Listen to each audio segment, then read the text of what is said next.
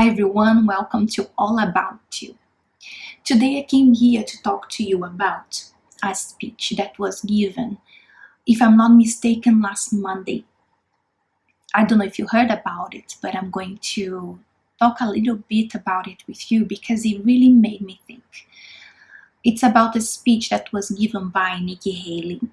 She's the current US ambassador to the United Nations at the moment. And she has been put a lot of effort to fight, against all the bullying and all the attacks that have been made against Israel. So she had a speech done to Christians United, Christians United for Israel. And she even received an award of Israel Defender of Israel, something like that. And I was listening to this speech, and it really called my attention, some of the words that she said. Of course, when she was giving the speech, at that point, she was mentioning as the United States, how the United States stands before the situation, how does it react to the situation when it comes to Israel, defending Israel. And I kind of brought that to our lives as Christians. I'm not going to talk about politicians here with you, so I'm not going to go into that or anything like that at all. Today, I came here to emphasize on the spiritual aspect of it and to really help you meditate on it and bring it to your life. So the part of the speech that she spoke about, I even wrote it down here. I'm going to share with you for us to talk about it. It says like this: the United States has no moral duty to be neutral between right and wrong. On the contrary, we have a moral duty to take sides, even if that means standing alone. So when I was listening to this, I was really bringing that to me and to us as Christians, because that's what we actually don't see happening. We don't see happening. What we actually see Christians doing is, instead of taking sides, in other words, okay, I'm going to stand by the side of faith, by what is written, by what God says to me, by the principles of God. Instead of doing that, taking that side, even says here, it would take side, the moral duty to take sides, even if that means standing alone. And many people don't have, they call themselves Christians, but they don't have that courage. We don't see that, how can I say?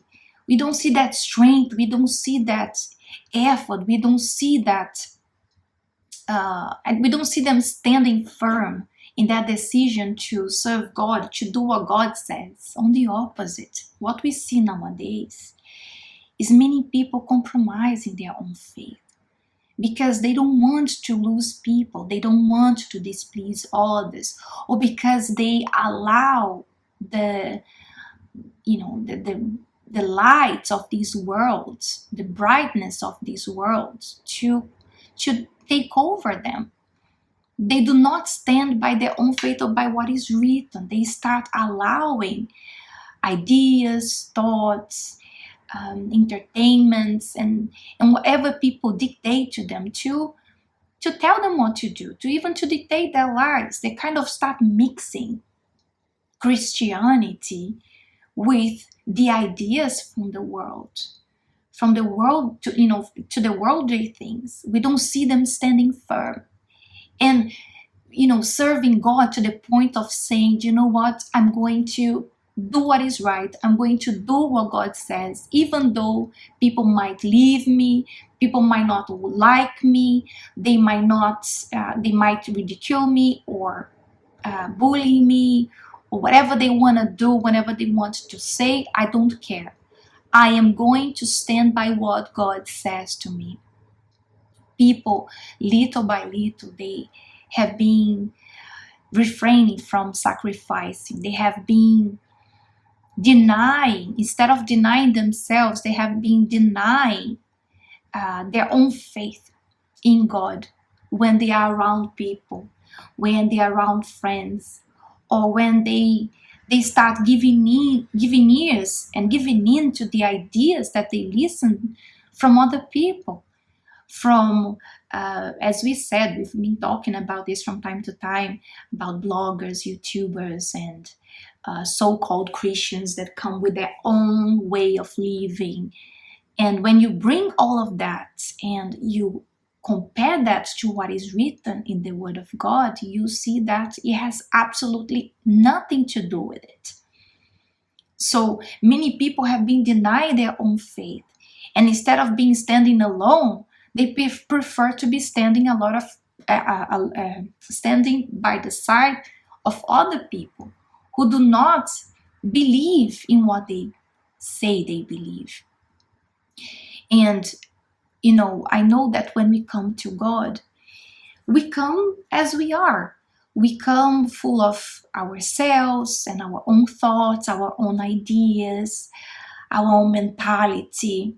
It doesn't matter if you came from the world or if you are in the church, you were born in the church. Still, the world influences people, not only when you are there physically speaking, but it can come inside your mind through ideas, through TV, through websites, through so many things, social media. And when we confront, and even if we didn't have any of that, our own flesh is inclined to do what is wrong, is inclined to wrong ideas, wrong beliefs, and we want to do, it's inclined to what is wrong, period. And when we decide to follow God, when we say truly, I want to have God in my life, I want to follow God truly, I want to have this God in my life. And the moment they realize, they look at their own lives, they look at themselves, the thoughts, sometimes even thoughts that you have, aspirations, desires that you have. When you honestly and sincerely, you decide to give that up, to please God, because you want to have Him, because you want to obey Him, because you want to belong to Him. So when you have that inside of you and you make that decision, what do? You sacrifice that to God. You give that to Him. It's something that it's voluntarily given to God by you, because you wanted to do that, because you wanted Him. As we said, even if that means that people will be against you, that your family members will be against you, that sometimes you're going to lose friends, you're going to be standing alone, that you're not going to be like everybody else. And when I say that, I don't say only outsiders, but also people in the church who don't follow God totally, fully, just halfway. So when you decide to be that kind of Christian, yes, yes, no, no, let your yes be yes, let your no be no. Only when we decide to be like that, we will face consequences. But it's different when you do that willingly, when you sacrifice that to God because you wanted to sacrifice. You wanted to give that up to God. You know that it is hard. You know that you have to say no to yourself. But when you do that to God, you sacrifice that to God, you have peace. And little by little, those things that used to get to you, that used to be so brightful and colorful to you, what will happen to them? They will lose its color. They will lose its flavor. They will lose it. Why? Because when you sacrifice really from your heart, because you wanted to do that to God, then you will receive from Him what you didn't have yet. That's when we receive His Spirit. That's when we receive a new life. That's when we receive His presence in our lives. And that's exactly what we need to fulfill us, to give us life, to give us peace. It completes us. So much so that you no longer need all those things that you sacrifice to Him to fill you anymore. You no longer hunger, or you no longer feel thirsty for those things anymore, because From the moment you decide that you give it up to receive God, and you receive Him, He quenches your thirst. He is the fountain of living water. So you're satisfied. So those things to you now, they are no longer interesting anymore. They're boring. They don't satisfy you. They don't fill your eyes anymore. But when you make a decision to let go of those things, not because you wanted to do that for God, you did that to fit into a church, because of an organization, because in the church is like this, because in the group is like this.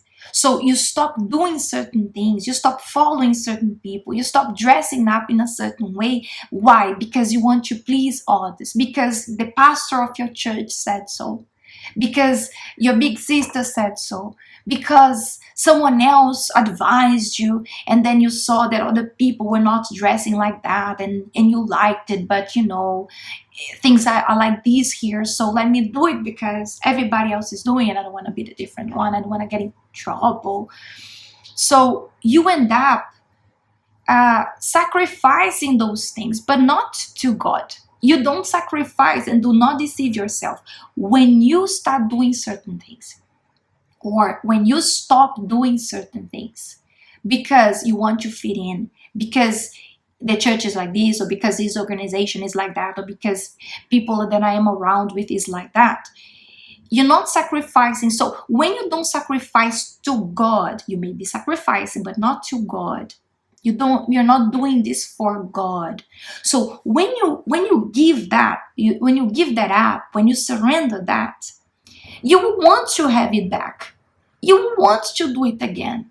You will want to keep on wishing and aspiring, and when you're like, oh, it was so nice when I used to do that, or you see other people on the internet, on social media, your friends from the past, or your ex, and you start looking at their lives and like, oh, this is so cool, or I wish I would wear that as well. But well, it's life. Oh, I live a life of sacrifice, and I can't have this, I'm like that.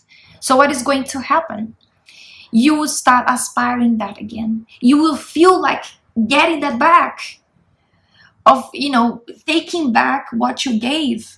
Why you're not standing alone? Why don't you have that courage to stand alone until the end? Why? Because those things, they'll start, you'll start missing those things, because your void was not fulfilled, was not filled, was not completed. Your thirst was not quenched. And the reason why many people's thirst haven't been quenched is because they have not sacrificed all those things to God. They say they did, but it's not true. It's not true. When we sacrifice really something from us, from our hearts, to please God, to serve God, doing it for God, not to fit in, not because people do that, not because, oh, I don't really agree with it, but let me fit in here, let me do as everybody else is doing. It's different when you do it for God, because it's written, or because you want to be a woman of God, or because you don't want to be the same person anymore. When you do it for God, believe me, when you sacrifice something to God, He's not going to let you empty-handed. It's like you trade your old life, your old nature, old thoughts, old mentality, old way of living. And when I say that, maybe you don't do things on the outside, but even those things that are inside of you, the world is there boiling, and it can't wait to be let out, to come out of inside of you and be manifested on the outside. When you sacrifice those things to God trades, like a trade. You give that up to God, and He gives you back a new life. He gives to you a new life, the peace, the joy, everything that I spoke before. You will receive that. So if you see that you're still thirsty for all those things that maybe you give it up, and you sacrifice that, all those things, but you're still thirsty for those things. You can't wait to do that, or you do you look at those things like, oh, I wish I went back. I could go back to those things again. You need to analyze yourself. Analyze your life. The Bible says, God says to us that we should be testing ourselves. We need to analyze ourselves if you're really in the faith. If our lives reflect a life of someone that is born of God.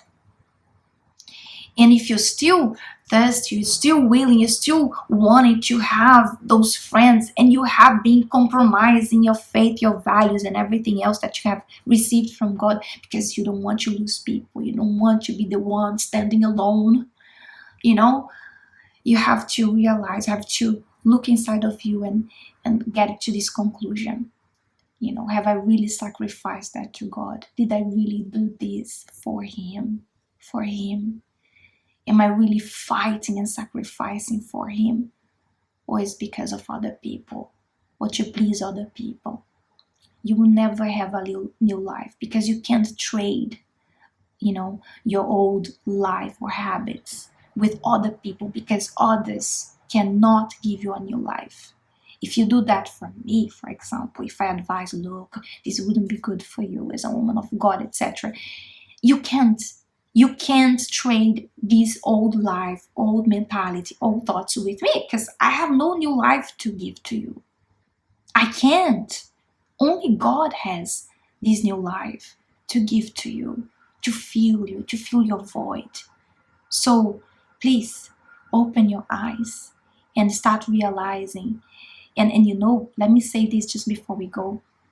Perhaps you did that in the beginning of your faith. You were sacrificing to God. But with time, you changed. You started sacrificing to other people, to church, to a position or anything else. So if you stop sacrificing to God and you start sacrificing because of other people or any other reason, you start being thirsty again. It's like you no longer have a fountain of living water inside of you quenching your thirst anymore. Start little by little will dry out. You start being drying until the moment where you start feeling thirsty for those old things again, old habits again, old life again. Open your eyes, meditate on it, and be blessed. See you next time. Oh, and by the way, before we go, I would like to invite all of you to attend our self-help meeting for women who want to stand, for what they believe, to take side, God's side, even if that means standing alone. And you need that help, you need that support, you need guidance. Come with an open mind, because the message will be very powerful, okay? It's going to be this coming Saturday, the 4th of August at 3 p.m. All right, invite your friends, don't come alone, so that as many women as possible can be helped and reached out through the message. And also, don't forget, we are going to join our fast of Daniel also. It's going to be next Monday. We already start our fast of Daniel. And I'm sure that God is going to honor you a lot. It's a time for you to detox from those things and sacrifice all those things to God. God bless you all. Have a wonderful day. Bye-bye.